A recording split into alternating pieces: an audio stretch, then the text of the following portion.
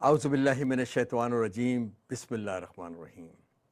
السلام علیکم ناظرین، آپ دیکھ رہے ہیں پروگرام تکلف برطرف، اور میں ہوں آپ کا ہوسٹ باسط جلیلی۔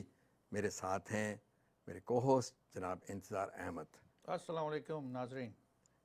تو جناب آج جو ہے، پہلے تو میں سب سے پہلے آپ کا یہ شکریہ ادا کرنا چاہتا ہوں، آپ ناظرین، آپ لوگوں کا، کہ آپ لوگوں نے جو ہمارے پروگرام کی فیڈ بیک دی، اس سے ہمارا حوصلہ بڑھا، اور پھر اس کے ساتھ ساتھ میں آپ کو خوش آمدید کہتا ہوں اپنے اس پروگرام کے اندر، کیونکہ یہ پروگرام ہمارا لائیو ہوتا ہے۔ تو میری اور ہمارے انتظار احمد دونوں کی خواہش یہ ہے کہ آپ ہمیں کال کریں اور ہمارے پروگرام کی نسبت سے ادب کے حوالے سے کوئی شعر سنائیں اور پارٹیسپیٹ کریں، ہمیں بتائیں، کیونکہ پروگرام کرنے کا جو ہمارا مقصد ہے وہ تو یہی ہے کہ ہماری پوری کوشش ہے کہ ہمارے لوگ جو ہیں، جو دیار غیر میں ہیں، ہم نے جو اردو کی نئی نئی بستیاں بسائی ہیں، تو اس میں جو ہے اپنی زبان کو جو ہے مقدم رکھیں، اور اس کے لیے ضروری ہے بہت کہ اپنے بچوں سے جو ہے اردو میں بات چیت کریں۔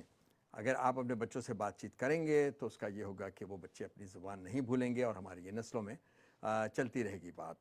تو جی، تو میں ابھی انتظار کے پاس چلتا ہوں اور انتظار سے پوچھتا ہوں کہ آج جو ہے ہمارا ٹاپک کیا ہے، یہ بتائیں انتظار آپ۔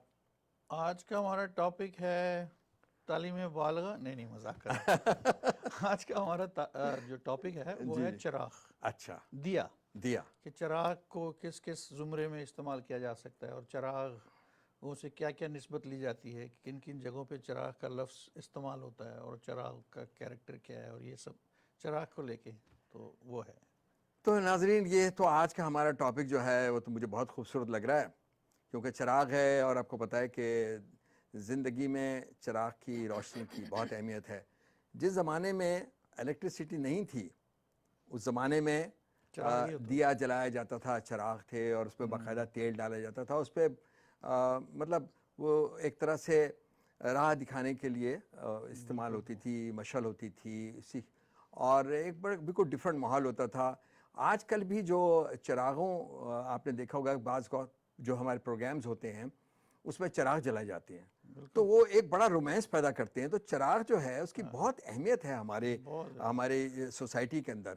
اور جی جی، اس کے ساتھ ساتھ شمع بھی، بلب شمع سے بھی ہم زیادہ، جلاتے ہیں، جی ہاں، بلب سے زیادہ رومانٹک ہے رومانٹک ہے، ہاں ظاہر ہے۔ چراغ۔ لیکن بلب نے آ کے دنیا کا جو پورا نظام تھا اس کو چینج کر دیا، اور روشنی جو ہے آج کل جو ہے آپ دیکھ ہی رہے ہیں کہ رات کو بھی لوگ جو ہیں کرکٹ کھیلتے ہیں، اس کے علاوہ دوسرے گیمز ہوتے ہیں رات کے وقت بھی ہوتے ہیں، تو پورے وہ یہ کمال ہے اس کا، یہ الیکٹریسٹی ہے، کا۔ یہ فائدہ ہے بلب کا کہ جی، آپ بات اصل میں کیونکہ یہ ہمارا جو پروگرام ہے وہ تو ادب کے حوالے سے ہے، تو ناظرین اب ہم آتے ہیں چراغ کو شاعری میں کیسے استعمال کیا گیا ہے نا، اس اصل میں تو بات یہ، بہت سی اور دیے مثالیں کی کیا اہمیت ہے، یہ چراغ بات، کی۔ جی، چراغ کی کیا اہمیت ہے۔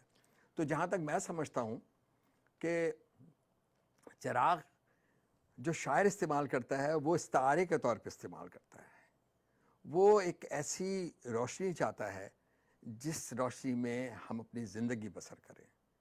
وہ بعض اوقات اسی چراغ کو دل میں روشن کر دیتا ہے، کبھی وہ آپ کے دماغ میں روشن کر دیتا ہے، اور کبھی آپ کی بستیوں میں روشن کر دیتا ہے۔ اور دیکھیے، جب ساری چراغ بجھنے لگتے ہیں یا بجھ جاتے ہیں، وفا کا، محبت کا، بہت ساری خوبصورت جو جمالیات سے متعلق چیزیں ہیں، جب ان کے چراغ مدھم ہونے لگتے ہیں تو پھر ایک چراغ جلتا ہے، اور وہ چراغ ہوتا ہے امید کا۔ تو امید کا چراغ ہم سب کے لیے بہت، ہماری اس کے ہمیں وہ ایک طرح سے ڈھارس ہوتی ہے، ہمیں ایک طرف سے ایک تقویت دی جاتی ہے کہ بھئی امید کرو، انشاءاللہ سب کچھ بہتر ہو جائے گا۔ اور یہ جو عمر کا چراغ ہے اس کے بارے میں کیا آپ عمر کا چراغ تو پھر وقت پہ اپنے گل ہو جاتا ہے۔ اس میں تو تیل ختم ہونے لگتا ہے تو بس آپ روشنی کم پڑ جاتی ہے اس میں۔ تو اس ایک کے شعر بارے بھی میں ہے نا کہ کچھ بیان کریں۔ ہاں جی، عمر کا جو چراغ ہوتا ہے، ہاں، زندگی کا گھر کا چراغ، چراغ، عمر زندگی کا کا، چراغ تو ہی دیکھیے نا، زندگی کا چراغ، زندگی زندگی کا کا چراغ۔ چراغ، ہاں۔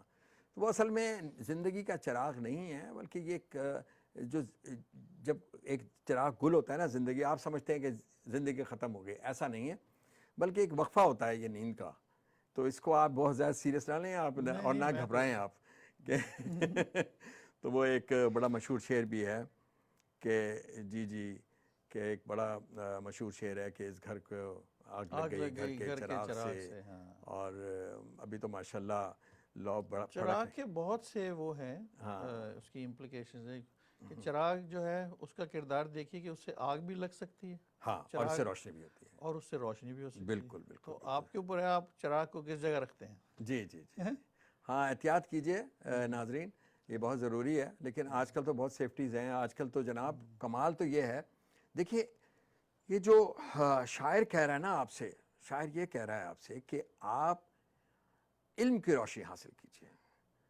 آپ آگاہی جو علم اور جی علم کا چراغ جلائیں، علم سے روشنی حاصل کریں، اور اپنے ذہن کو جو ہے نا ذہنی پسماندگی جو ہے اس سے آپ دور کریں. کیونکہ جو اندھیرا ذہن کا اندھیرا ہے وہ آپ کو جہالت میں لے جاتا ہے، اور جہالت جو ہے قوموں کے لیے یا انفرادی طور پہ لوگوں کے لیے بھی بہت نقصان دہ ہے.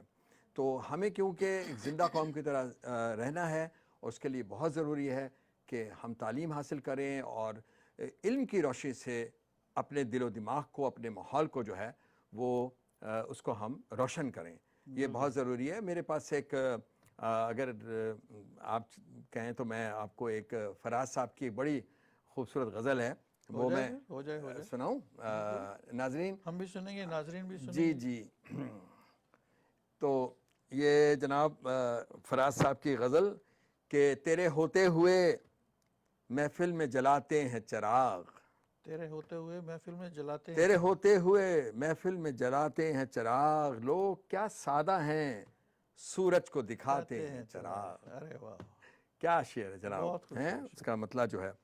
اور اپنی محرومی کے احساس سے شرمندہ ہیں، اپنی محرومی کے احساس سے شرمندہ ہیں، خود نہیں رکھتے تو اوروں کے بجھاتے ہیں چراغ. بالکل صحیح بات ہیں دیکھیں کتنا بڑا سبق ہے اس میں. خود نہیں رکھتے تو اوروں کے بجھاتے ہیں چراغ، اور بستیاں دور ہوئی جاتی ہیں رفتہ رفتہ، بستیاں دور ہوئی جاتی ہیں رفتہ رفتہ، دم بدم آنکھوں سے چھپتے چلے جاتے ہیں چراغ. اور کیا خبر ان کو کہ دامن میں کیا خبر ان کو کہ دامن میں بھڑک اٹھتے ہیں جو زمانے کی ہواؤں سے بچاتے ہیں چراغ. کیا خبر ان کو کہ دامن میں بھڑک اٹھتے ہیں جو زمانے کی ہواؤں سے بچاتے ہیں چراغ. اور گو سیاہ بخت ہیں ہم لوگ پر روشن ہے ضمیر، خود اندھیروں میں دنیا کو دکھاتے ہیں چراغ. اور بستیاں چاند ستاروں کی بسانے والوں، بستیاں چاند ستاروں کی بسانے والوں، کرۂ عرش پر بجھتے چلے جاتے ہیں چراغ. اور ایسی تاریکیاں آنکھوں میں بسی ہیں کہ فراز، ایسی تاریکیاں آنکھوں میں بسی ہیں کہ فراز، رات تو رات ہے ہم دن کو جلاتے ہیں چراغ. اور تیرے ہوتے ہوئے محفل میں جلاتے ہیں چراغ، لوگ کیا سادہ ہیں سورج کو دکھاتے ہیں چراغ. یہ جناب فراز صاحب کی غزل بڑی مشہور. تو میں نے کہا ٹاپک جو ہے وہ چراغ ہے، تو کیوں نہ فراز صاحب کی غزل جو ہے اپنے ناظرین کو سناؤں. مجھے یقین ہے ناظرین آپ کو یہ اب ایک سوال یہاں پر جو بنتا ہے انتظار، وہ یہ ہے کہ کیا کوئی تعلق ہے موسیقی سے اور چراغ کا؟ بہت تعلق ہے. ہاں بتائیے. بے شمار ایسے گانے جن میں چراغ کا ذکر ہے، اور ہر طرح سے ذکر، آگ لگانے کے حوالے سے بھی ہے اور روشنی کرنے کے حوالے سے بھی ہے. اچھا، کوئی شعر یاد ہے آپ کو؟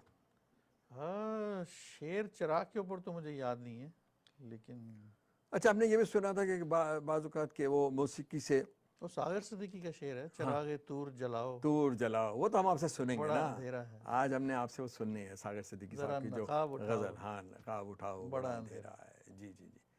لیکن یہ بتائیے کہ ایسا ممکن ہے کہ آپ اپنی موسیقی سے ایسا ماحول پیدا کرتے ہیں کہ جو بجھے ہوئے چراغ ہے وہ خود بخود جل اٹھے؟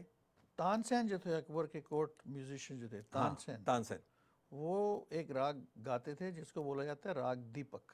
اچھا اس لیے ان کا نام دیپک ہے. ہاں تو اس سے کیا ہے کہ آگ اس میں آگ لگ جاتی تھی یا پھر ایسا ہے کہ لوگ سننے والوں کے جسم بخار آ جاتا تھا ان کو.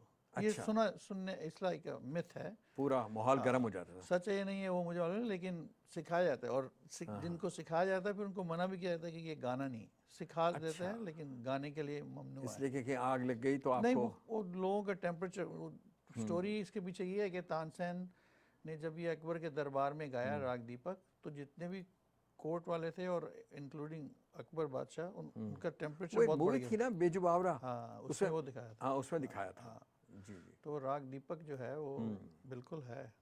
آپ سمجھتے ہیں کہ ایسا ممکن راگ ہے ہاں وہ, کہ لیکن راگ اس سے سن کے بخار لوگ آتا ہے کہ نہیں وہ مجھے معلوم نہیں. اس سے آگ لگتی ہے یا لیکن اس کے لیے تو بہت محنت, انت تک محنت چاہیے. یا پھر یہ ہے کہ آپ کیا سمجھتے ہیں کہ موسیقی جو ہے اس کے لیے گاڈ گفٹڈ ہوتی ہے, یا اس کے ساتھ پھر یہ سیکھ کے آپ جو ہے ایک اچھا گانا گا سکتے ہیں, خدا گیت کی گا رحمت سکتے سے ہیں؟ ہوتی ہے. خدا کی رحمت سے ہوتی جس ہے. پہ بھی خدا کی رحمت ہو وہ موسیقی میں تھوڑا سریلا بھی ہوگا, تھوڑا تال میں بھی صحیح تو ہوگا. آپ بچے کو, اگر کوئی بچہ رو رہا ہو تو آپ کو پتہ چل جاتا ہے کہ یہ بچہ جو ہے کون سے سر میں رو رہا ہے؟ سر میں رو رہا ہے. ہاں وہ آر ڈی برمن جو انڈیا کے میوزک ڈائریکٹر ہیں, ان کے بارے میں مشہور ہے کہ وہ 5ویں سر پہ روتے تھے بچپن میں. اس لیے ان کو پنچم, ان کا نام ہی پنچم پڑ گیا. پنچم پڑ گیا. تو اس میں 5واں سر نہیں لگاتے ہوں گے لوگ. 5ویں سر پہ روتے. جی جی. اچھا ایک سوال اور بھی ہے کہ لوگ عموماً آپ نے دیکھا ہوگا کہ مزاروں پہ جاتے ہیں تو پھر وہاں پر بھی چراغاں کرتے ہیں, اور کہیں وہ دیا جلاتے ہیں, تاکہ کہیں قبر چراغ کا اندھیرا جلاتے دور ہیں, ہو یا وہ کچھ ایسا ہو. منت کے طور پہ. منت کے اس طور کا پہ کیا بیک گراؤنڈ ہے اس کوئی کا؟ منت تو پہلے وہ بولتے کہ اگر یہ پورا ہو تو میں آ کے چراغ جلاؤں گا, روشنی کروں گا, ایسا کچھ ہوتا ہے اس میں. جی جی. اچھا تو لیکن وہ جو ہے وہ یہ بھی کہا جاتا ہے کہ چراغ تلے اندھیرا ہے, اور وہ مشتاق یوسفی صاحب کی کتاب بھی ہے نا کہ چراغ تلے, ایک بڑی مشہور کتاب ہے ان چراغوں کا کی. بہت ہی گہرا تعلق ہے ہمارے انڈو پاک کلچر میں. ان کی جو دیوالی ہوتی ہے جی جی. ہندو لوگوں کی, وہ بہت چراغ استعمال کرتے ہیں اس میں, بے شمار 200 400 چراغ جل رہے ہوتے ہیں. ہاں تو چراغ کی بڑی اہمیت ہے, ہر کلچر میں ہے. کوئی شک نہیں ہے, کوئی شک نہیں. تو بہرحال ٹاپک ہمارا جو ہے چراغ ہے, تو ناظرین میں چاہتا ہوں کہ آپ ہمیں کال کریں, ہم سے بات کریں. چراغ کے حوالے سے نہ کریں, کوئی اور بات کیجئے, کوئی اور شعر آپ کو یاد ہو اس کے حوالے سے بات کیجئے. لائن ہماری جو ہے کھلی ہوئی ہیں, آپ کو نمبر جو ہے اسکرین پہ مل رہا ہوگا. تو آج ہم نے آپ کی ملاقات جو ہے سیکنڈ جو ہمارا سیگمنٹ ہوتا ہے وہ کلام اثاثہ کا ہوگا. اس میں ہم آپ کی ملاقات ایک بہت خوبصورت اور بہت ایک بڑے شاعر سے, ایک رائٹر سے آپ کی ملاقات کرانے جا رہے ہیں, جن کا بہت کام ہے, جنہوں نے اردو ادب کے حوالے سے ان کا بہت اثاثہ ہے جو انہوں نے اردو ادب کو دیا, اور اپنی عمر کا بہت بڑا حصہ جو ہے انہوں نے صرف کیا. تو ہم جو بریک کے بعد انشاءاللہ جب سیکنڈ ہمارا جو سیگمنٹ ہوگا اس میں ہم ان کو انشاءاللہ وہ ان کو لیں گے, اور ان سے گفتگو بھی ہوگی, ان کی شاعری بھی سنی جائے گی. انہوں نے فیض صاحب کے اوپر بہت کام کیا, انہوں نے فراز کے اوپر بھی لکھا ہے. اس کے علاوہ ان کی شاعری کی کتابیں ہیں, بہت ساری چیزیں ہیں. ان کو پرائڈ آف پرفارمنس جو ہے صدر پاکستان جو ہے انہوں نے دیا, تو کافی کام ہے ان کا. تو میں نے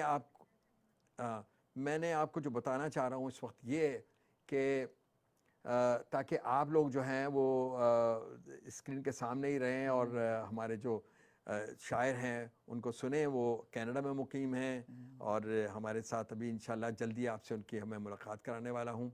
اور اس کے علاوہ ہم پھر جو ہے انصار سے ہی پوچھتے ہیں کچھ کہ آپ بتائیے کہ یہ جو شاعری ہے اس کا کیا رول سمجھتے ہیں آپ, جو ابھی ہے ان دنوں میں عہد حاضر کے جو شاعر ہیں, تو ان کا عہد حاضر کے شاعر تو وہی لکھتے ہیں جو ان کے ساتھ بیت رہا ہے, جو وہ دیکھ رہے ہیں اپنے جو ان کا جو فیس کر رہے ہیں پرابلمس کو دیکھ جو رہے ہیں, دیکھ جو رہے ہیں, ایشوز ہیں جیسے اس پہ. اپنی پرسنل زندگی کے بارے میں بھی لکھتے ہیں, اور پھر جو سوسائٹی کی جو.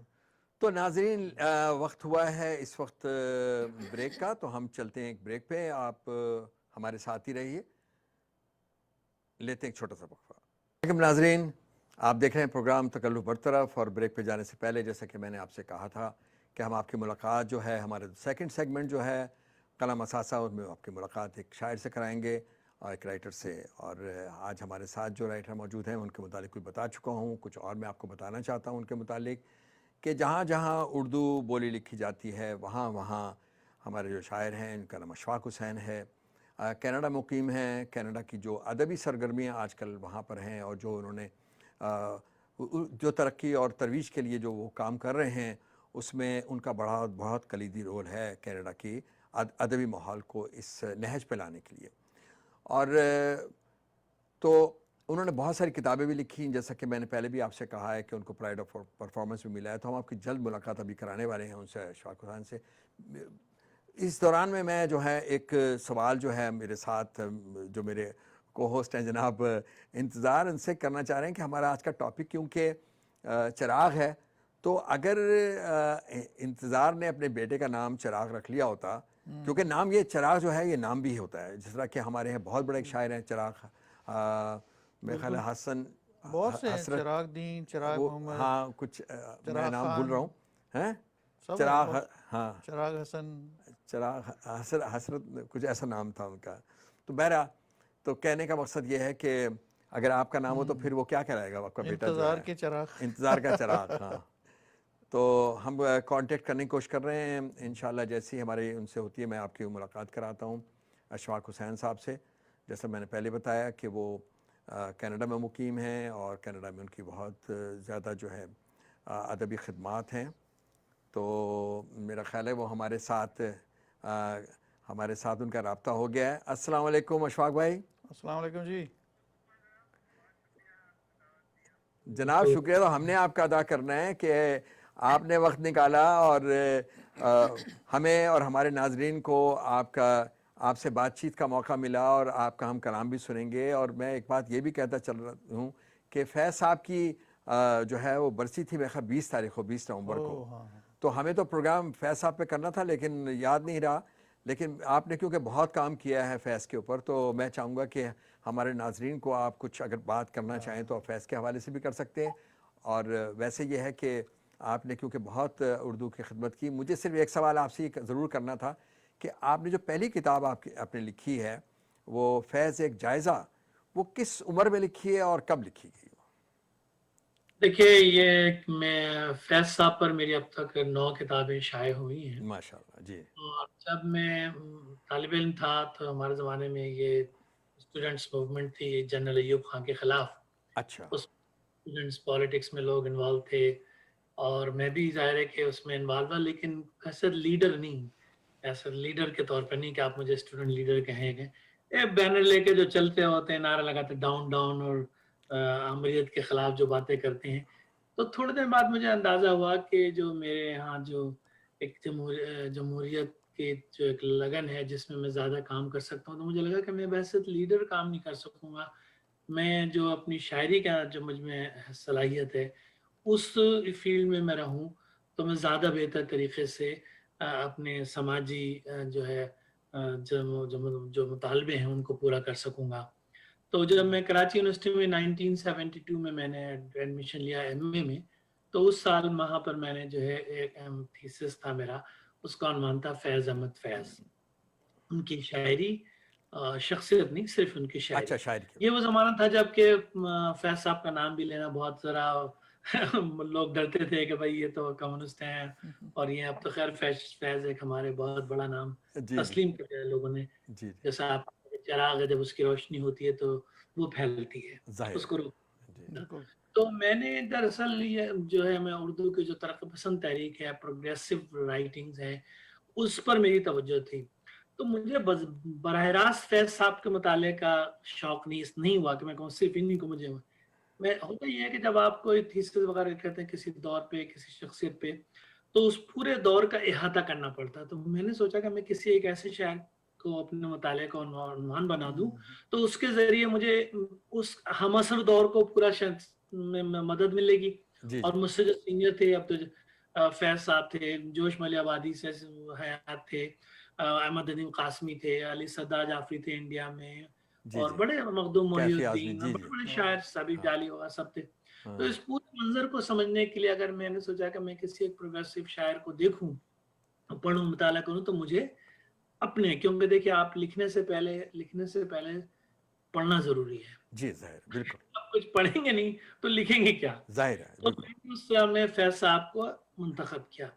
لیکن ہوا یہ کہ وہ جو کہتے ہیں جادو سر چڑھ کے بولتا ہے, جیسے جیسے میں نے ان کے مطالعے میں شامل ہوتا گیا ویسے ویسے ان کی شخصیت نے مجھے اپنے دائرے میں اور گھیر لیا. سحر میں گرفتار کر لیا. اور گر گئے.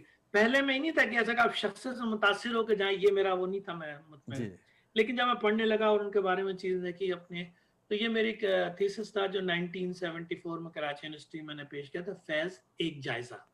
تو اس وقت تک ان کے مجموعے بھی 5 مجموعے کلام آئے تھے, پورے آخر کے 3-4 تو آئے بھی نہیں تھے, وہ شائع ہوئے. تو اس سے مجھے اس مطالعے کو میں نے جاری رکھا اور آخر میں بھی کرتا.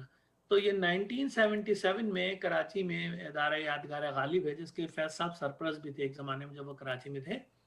تو انہوں نے ادارے نے کہا کہ بھائی وہ آپ کا تھیسس ہے, آپ اس کو شائع کریں. اس میں میری اور 22-23 سال کی عمر تھی, طالب علم تھے, اور وہ لکھنا بھی کیا, ادھر سے جا کے بس یہ تھا کہ لائبریری میں جاتے تھے, دوسروں نے جو لکھا ہے فیض صاحب پہ اس کو دیکھتے تھے, پڑھتے تھے, کچھ اپنا دماغ لگا کے. تو ایک شرمندگی سی ہوتی تھی کہ بھائی ادھر ادھر سے تو لے کے آپ نے پڑھا ہے. میرے استاد تھے جنہوں نے ان کا وائبہ لیا تھا, وہ تو پروفیسر ممتاز حسین صاحب, جی جی بڑے نقاد تھے, اردو کے بڑے نقاد ہیں ابھی تک میں کہوں گا. تو انہوں نے وہ مجھے ہمیشہ کہتے تھے کہ نہیں تھیسس بہت اچھا ہے, آپ اسے چھپوا لیں. تو 2-3 سال مجھے اس میں لگا کہ جیسے شرمندہ احساس, شائنس جسے کہنا چاہیے. تو وہی انہوں نے ایک دفعہ مجھ سے کہا کہ دیکھیے آپ طالب علم ہیں, نوجوان ہیں, جی اگر آپ کی 200-300 صفحے کی کتاب ہے, کہ اس میں سے اگر آپ نے ہر صفحے پر بھی ایک غلطی کی تو بھی لوگ داد دیں گے کہ بھئی ایک نوجوان ہے جس نے یہ لکھا. مشکل ہوگی جیسے جیسے آپ بڑے ہوتے جائیں گے, جیسے اب ہماری سطح پر انہوں نے کہا کہ اب ہماری سطح پر ہم 200 صفحے کی کتاب میں اگر 2 بھی غلطیاں ہوں گی تو سب لوگ اسی کو لے کے بیٹھ جائیں گے. صحیح کہہ رہے تو ہیں. جو ہے اس کو کریں. ان کا وہ مشورہ بڑا اچھا تھا, تو میں نے اور یہ ادارہ یادگار علم نے اس کو چھاپنے کا بھی کہہ دیا. چنانچہ اس سے یہ صورت ہوئی کہ وہ کتاب جو ہے مجھے بہت بعد میں معلوم ہوا کہ اردو زبان میں وقت تک فیض احمد فیض پر کوئی کتاب نہیں چھپی تھی. ہاں کیونکہ اس وقت وہ حیات تھے اور ہمارے ہاں تو روایت نہیں ہے یہ ہاں کہ نہیں, اس زندگی. زمانے میں یہ بھی تھا کہ خیر کتابت وقت ایکسکلوسیو رائٹنگ کا اتنا رجحان تھا بھی نہیں, مضامین تھے, فیض پہ مضامین بہت چھپے, مختلف رسالوں میں غزلیں نظمیں تو چھپتی تھیں, ان پر مضامین وغیرہ, کوئی کتاب نہیں تھی. اچھا ایک کتاب ہم کہہ سکتے ہیں جو یونیسکو کی طرف سے 1960s میں چھپی, تو ان کا ترجمہ تھا. وکٹر کیئرنن جو تھے جنہوں نے اقبال کا بھی ترجمہ کیا, ان کی کتاب تھی پوئمز بائی فیض, لیکن صرف نظموں کا ترجمہ تھا, ان کی شاعری پر کوئی کتاب نہیں تھی. اچھا تو اور یہ جو ہے اتفاق سے سمجھ کہنا چاہیے کہ فیض احمد فیض پر اردو زبان میں لکھی جانے والی میری پہلی کتاب تھی, جو شائع بھی ہوئی 1977 میں, اور پھر یہ سلسلہ میرا چلتا رہا اور ابھی بھی اس میں شامل ہوں. ہاں یہ بڑے اعزاز کی بات ہے ان کے کلام بھی سن لیں اگر. ہاں نہیں میں تو یہ تعجب کر رہا تھا, مجھے حیرانگی ہو رہی تھی کہ جس عمر میں ہم لوگ تو آوارہ گردیاں کر رہے تھے بہت, اس وقت جو ہیں آپ دیکھیے کہ اشفاق حسین جو ہیں وہ کتنے سنجیدہ کام کیا آپ نے اور بڑا کام کیا, اور آپ کا ایک اعزاز ہے یہ کہ آپ نے پہلی کتاب جو لکھی گئی, یہ تو بہت اعزاز کی بات ہے. 1977 میں شائع ہوئی تو اس کے اگلے سال ہی فوراً جو ہے وہ فیض صاحب ایگزائل میں چلے گئے تھے لاسٹ 77 کے آخری دنوں میں, اور ان دنوں وہ انڈیا میں تھے 5-6 مہینے. تو وہاں پر کسی کو پتہ چلا, اس زمانے میں رابطہ بھی نہیں تھا انڈیا پاکستان میں, کٹے ہوئے تھے ظاہر جنگوں کی بات سے, دونوں ملکوں میں مواصلات نہیں تھے, کشیدگی تھی. جی وہاں سے جو ہے تو 1-1.5 سال کے بعد انڈیا سے کچھ تعلقات شملہ پیک کے بعد شروع ہوئے, ادیبوں کا آنا جانا ہوا. تو ایک ادیبوں کا ڈیلیگیشن انڈیا سے آیا تھا, انجمن ترقی اردو کے ہیڈ تھے.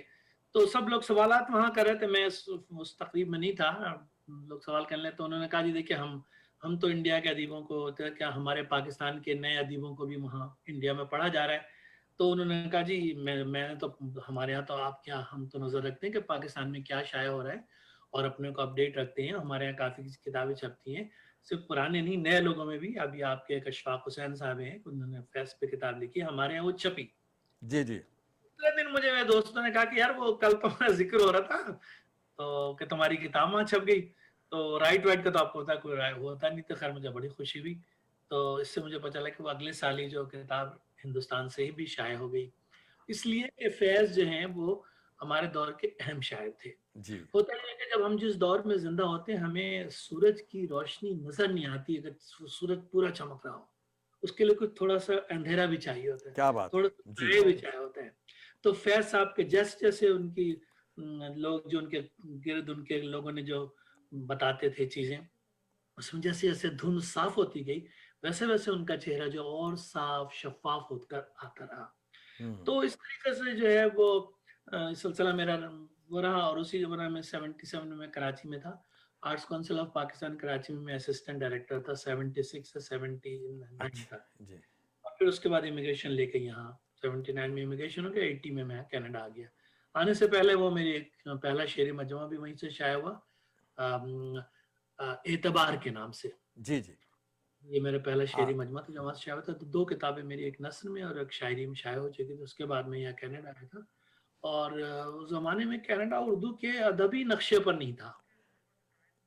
لندن جو تھا وہ ہمارا ساری کائنات جی کی جو جی بڑے بالکل. آپ کا بڑا رول ہے اس میں.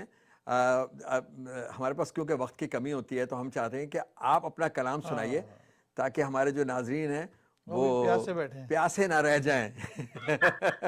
ضرور, بہت اچھا کہ آپ نے, اور فیض صاحب کی بات نکل آتی ہے نا تو پھر وہ چل جی جاتی ہے. جی تو میں ایک نظم پیش کرتا ہوں. جی جی اور کیونکہ اس سے متعلق ابھی بات ہوئی تھی امیگریشن وغیرہ کا حوالے سے, میری پہلی نظم تھی یہاں کینیڈا آنے میں. میں پرانی اچھا, میں ایک آپ سے ایک میری وہ بھی ہے ایک فرمائش بھی کہ وہ ایک نظم جو زومنگ کا جس کا عنوان ہے وہ بھی سننا چاہوں گا. تو آپ دیکھ لیجئے آپ کو کون سی سنانی ہے. ارشاد. جی جی زومنگ سنا تھا آپ نے کہا زومنگ سنا. ہاں, اس نظم کا عنوان ہے زومنگ. اور دیکھوں جو آسمان سے واہ وہ اتنی بڑی زمین, واہ, دیکھوں جو آسمان سے تو اتنی بڑی زمین, اتنی بڑی زمین پہ چھوٹا سا ایک شہر. کیا بات ہے. واہ واہ. دیکھوں جو آسمان سے تو اتنی بڑی زمین, اتنی بڑی زمین پہ چھوٹا سا ایک شہر.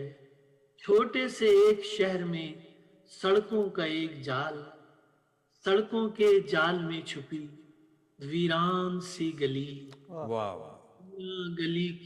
ویران گلی کے موڑ پہ تنہا سا ایک شجر, کیا بات. شجر کے سائے میں چھوٹا سا ایک مکان, چھوٹے سے ایک مکان میں کچی زمین کا صحن, کچی زمین کے صحن میں کھلتا ہوا گلاب, کھلتے ہوئے گلاب میں مہکا ہوا بدن, مہکے ہوئے بدن میں سمندر سا ایک دل. اس دل کی وسعتوں میں کہیں کھو گیا ہوں میں, یوں ہے کہ اس زمین سے بڑا ہو گیا ہوں میں. واہ واہ, کیا بہت خوبصورت نظم ہے آپ کی یہ. بہت اور خوبصورت. میں نے تو کئی دفعہ سنی. کبھی کبھی جب دل چاہتا ہے تو میں آپ کو کچھ سننا ہو تو سنتا ہوں. بہت ہی خوبصورت. تو یہ انتظار, آپ کوئی فرمائش کرنا چاہیں گے ابھی؟ بس ان کو جو بھی کوئی غزل سننا, کوئی اپنی غزل سنا دیں تو اچھا ہے. چلیے نظم دوبارہ پڑھ دیتا ہوں. دیکھوں جو آسمان سے تو اتنی بڑی زمین, اتنی بڑی زمین پہ چھوٹا سا ایک شہر, چھوٹے سے ایک شہر میں سڑکوں کا ایک جال, سڑکوں کے جال میں چھپی ویران سی گلی, ویران گلی کے موڑ پہ تنہا سا ایک شجر, تنہا شجر کے سائے میں چھوٹا سا ایک مکان, چھوٹے سے ایک مکان میں, چھوٹے سے ایک مکان میں کچی زمین کا صحن, کچی زمین کے صحن میں کھلتا ہوا گلاب, کھلتے ہوئے گلاب میں مہکا ہوا بدن, مہکے ہوئے بدن میں سمندر سا ایک دل. دل کی وسعتوں میں کہیں کھو گیا ہوں میں, یوں ہے کہ اس زمین سے بڑا ہو گیا ہوں. واہ واہ, بہت خوبصورت, بہت ہی خوبصورت. آپ کو اپنی پسند کی آپ کی ایک بڑی مشہور غزل بھی ہے, وہ مجھے یاد نہیں آ رہی اس کی ردیف, لیکن بہرحال جو اپنے آپ سنانا چاہیں اپنی پسند سے. ایک نظم جب آپ نے فرمائش کی تو نظم کے حوالے سے ایک نظم اور پیش کروں گی. میں نے اپنی نظم لکھی تھی اپنے بیٹے کے لیے. اچھا, میرے امیگرینٹ فادر کی حیثیت سے جو نئی نسل سے ہماری توقعات ہوتی ہیں وہ سب کی بھی پرانی نظم ہے. بہرحال پیش کرتا ہوں محبت کی ایک نظم اپنے بیٹے کے نام. اچھا, ارشاد. میں تمہاری آنکھوں سے وہ زمانے دیکھوں گا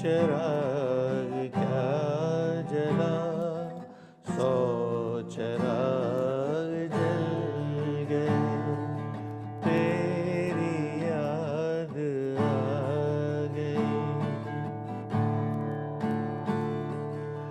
رہ گزر میں پیار کی تم چلے تھے ہم قدم،